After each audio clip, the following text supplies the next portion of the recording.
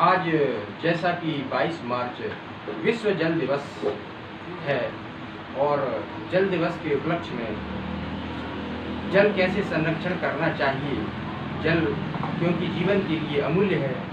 हमारे साथ में बीच में शिक्षक गोविंद सिंह जी मौजूद हैं।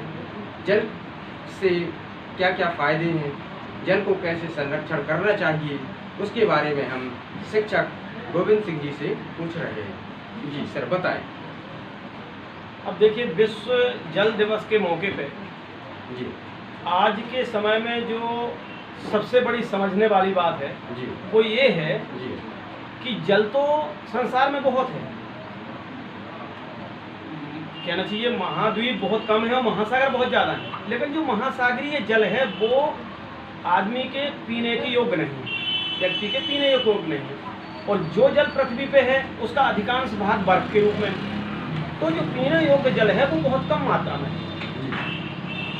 और अब जल चूँकि सीपेज नहीं हो रहा है, जल जमीन के अंदर जा नहीं रहा है, बहुत सारी ऐसी हमने संरचनाएं निर्मित कर दी हैं जो जल धारण करने के स्रोत थे, बड़े बड़े तालाब, कुआं, बोरवेल्स, जहाँ से पानी जमीन के अंदर जाता था, वो हमने समाप्त कर दिए, लगभग समाप्त कराए हैं। जैसे पुराने समय में बावड़ी वगैरह चलती थी, जो पानी जमीन में जाने का बहुत अच्छा स्रोत था, जिससे जमीन के अंदर जो जल स्रोत थे वो बड़े पर्याप्त मात्रा में रहते। आज तालाब हैं, बावड़ियाँ हैं, ख़त्म हो गई हैं, केवल बोरवेल उपयोग हो रहे हैं, सीपेज के साधन नहीं हैं। अधिकांश जगहों पर रोड हैं और सीसी रोड बन गए, जिससे ज़मीन के अंदर पानी नहीं जाता। और जो बर्फ़ है, बर्फ़ उपयोगी हो नहीं पा रही, इधर ग्लोबल वार्मिंग अलग परेशान कर रही। तो इस समय जनता को ये बात समझाने को है कि हमें जल को दूषित करने से बचाना। जो पीने योग्य जल है वो केवल हम पीने में उपयोग करें, उनका हम अनावश्यक दुष्प्रयोग ना करें और ना ही उसको नष्ट करें। शुद्धिकरण जितना बन सके वो करें। अपने घरों के, गांव के आसपास एक ना एक जल स्रोत ऐसा बनाएं जिससे ज़मीन के अंदर जल का सीपेज हो गए और हमारे जो भूमिगत जल है उसकी मात्रा बढ़े।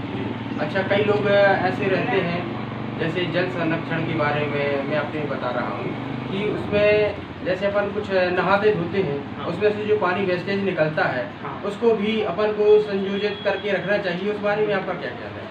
उसके संबंध में सबसे अच्छा हमारे पुराने जो हमारे पूर्वज हैं वो बता गए। अब हम लोग भूल रहे हैं उस चीज को। हमारे पूर्वज बता गए हैं कि जो नहाने धोने के बाद, कपड़ों के धोने के बाद जो पानी निकलता है उसको हमें सब्जियों वगैरह में उपयोग करना चाहिए। या फिर सोख्ता बनवाना। या सोख्ता बनाए तो सोख्ता से जमीन के अंदर वो स्वच्छ होके फिर से जो है भूमिगत जल के रूप में हमें प्राप्त हो जाएगा। जैसा कि आजकल देखा गया है कि सोख्ता नहीं बनाते हैं, वो नाली के माध्यम से पूरा निकाल देते हैं और वो सीसी के माध्यम से पूरा शहर के बाहर चला जाता है। उसके तो और ज्यादा दुष्परिणाम शहर के बाहर जाता है तो वो जल स्रोतों में जाता है, नालों में, नदियों में, उसके बाद समुद्र में, तो वो तो हमारे और जो स्वच्छ जल स्रोत है उनको नष्ट करता है।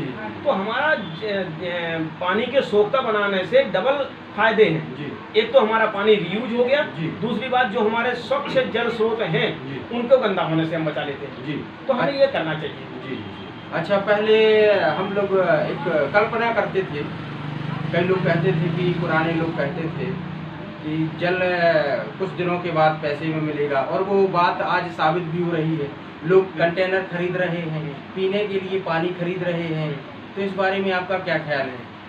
देखिए, अभी तो बहुत कम है। अभी तो आप ग्रामीण लेवल पे देखें तो बहुत इसको सिंपल मानते हैं, बल्कि पानी पिलाना दूसरों को धर्म मानते हैं। आगे के समय में पानी पिलाना आदमी जैसे इस समय पैसे को बचाता है ना, कहते हैं कि भाई भतीजा कुछ नहीं होता, सबसे आगे रुपया होता है, वैसा ही पानी होगा।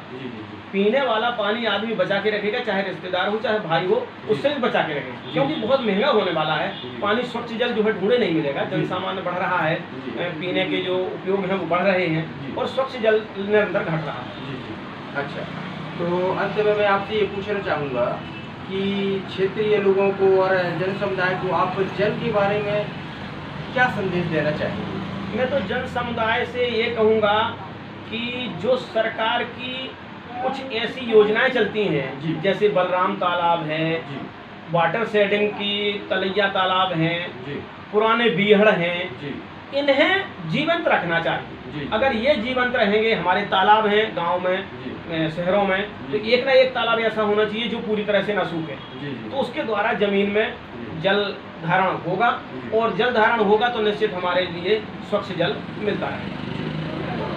तो इस प्रकार हम श्री गोविंद सिंह जी से जल संरक्षण के बारे में पूछ रहे थे और उन्हें बहुत अच्छे से ये बताया। तो जल का हमें निश्चित रूप से एक एक बूंद का उपयोग करते हुए जल को संरक्षण करना चाहिए।